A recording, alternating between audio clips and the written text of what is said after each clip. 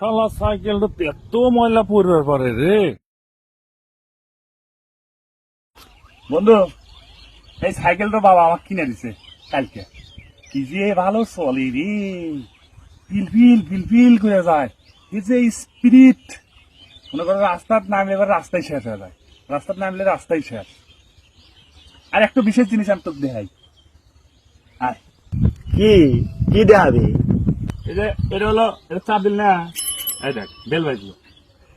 আবার এটা এটা বুঝতেছো এর কি বুঝতেছো, এটা হলো না, আমি যদি এবার করে চাপ দিই তাহলে কি হবো কাছে হ?